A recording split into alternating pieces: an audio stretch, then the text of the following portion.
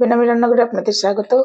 আমি এখানে আজ করে দেখাবো রুই পোস্ত, একদম অনুষ্ঠান বাড়ির মতোই। তো এর জন্য আমি এখানে 4 পিস রুই মাছ নিয়ে নিয়েছি, আর একটু নুন, একটু হলুদ পরিমাণ মতো নিয়ে নিয়েছি। এটাকে আমি ভালো করে মিশিয়ে নিয়ে রেখে দেবো 10 মিনিট। তারপরে আমি ফিরে আসছি। তো বন্ধুরা, ফিরে এলাম কিছুক্ষণ পর। এখানে আমি একটা কড়া নিয়ে নিয়েছি।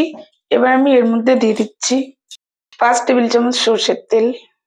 এবার আমি এর মধ্যে এক এক করে মাছটা দিয়ে দেবো। মাছের একটা সাইড হয়ে গেছে, এবার উল্টে দেবো। তো বন্ধুরা, মাছ ভাজা হয়ে গেছে, আমি মাছটাকে অন্য একটা পাত্রে তুলে নিচ্ছি।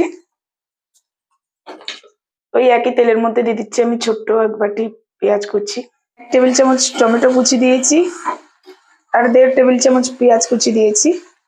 আমি এখানে পেঁয়াজটাকে 2 মিনিট ভেজে নিয়েছি, তারপরে টমেটোটাকে আরো 2 মিনিট ভেজে নিয়েছি। এবার এর মধ্যে আমি দিয়ে দিচ্ছি নুন পরিমাণ মতো। আগে আমার যেহেতু মাছের মধ্যে নুন আর হলুদ মেশানো ছিল, তো সেটা একটু বুঝেই দিতে হবে। হলুদ গুঁড়ো, আর এখানে দিয়ে দিচ্ছি অল্প করে একটু লঙ্কা গুঁড়ো, ঝালটা নিজেদের পছন্দ অনুযায়ী। আমি 2 টেবিল চামচ মতো জল অ্যাড করছি। দেখুন বন্ধুরা, আমি এই পেঁয়াজ, টমেটো, হলুদ গুঁড়ো, নুন, লঙ্কা গুঁড়ো এর সঙ্গে আমি 2 টেবিল চামচ জল অ্যাড করে দিয়েছিলাম। জলটা এবার টেনে গেছে, দেখুন সুন্দরভাবে তেল বেরিয়ে এসেছে। তার মানে এই মশলাটা আমার কষানো হয়ে গেছে। এর সঙ্গে আমি দিয়ে দিচ্ছি 2 টেবিল চামচ পোস্ত বাটা।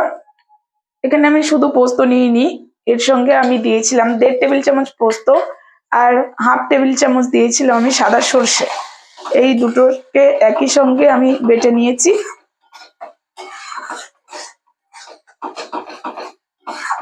এই পোস্তটাকে আমি মশলার সঙ্গে 1 মিনিট কষিয়ে নেব। এবার আমি এর মধ্যে দিয়ে দেবো মাছটাকে মশলার সঙ্গে মিশিয়ে নেব। বন্ধুরা, পোস্ত কখনোই মশলার সঙ্গে বা এমনি অন্য কিছু রেসিপিতেও খুব বেশি টাইম করাতে কষে নেবেন না, তাহলে পোস্তর গন্ধটা চলে যাবে। এর মধ্যে 1 কাপ জল মিশিয়ে দিচ্ছি। আঁচটাকে বাড়িয়ে দেবো, তাহলে জলটা তাড়াতাড়ি ফুটে যাবে। জলটা ফুটতে যাচ্ছে, এবার আমি আঁচটাকে কমিয়ে দেব। 5 থেকে 7 মিনিটের জন্য এটাও ফুটতে দেবো। ফিরে আসতে কিছুক্ষণ পরে।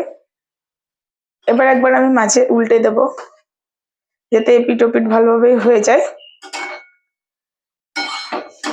তো বন্ধুরা, আমার এই রান্নাটা আপনাদের কেমন লাগলো কমেন্ট করে অবশ্যই আমাকে জানাবেন। ভালো লাগলে লাইক করবেন।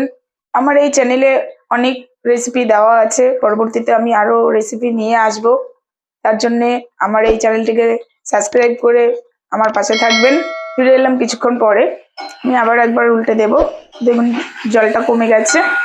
আমি এটাকে খুব গ্রেভি রাখছি না, আপনারা আপনাদের পছন্দ মতো গ্রেভিটা রাখবেন।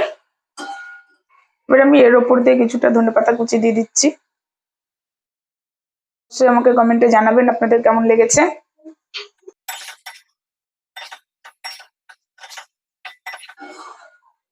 এভাবে আমি একে 10 মিনিট রেখে আপনাদের নামিয়ে দেখিয়ে দিচ্ছি।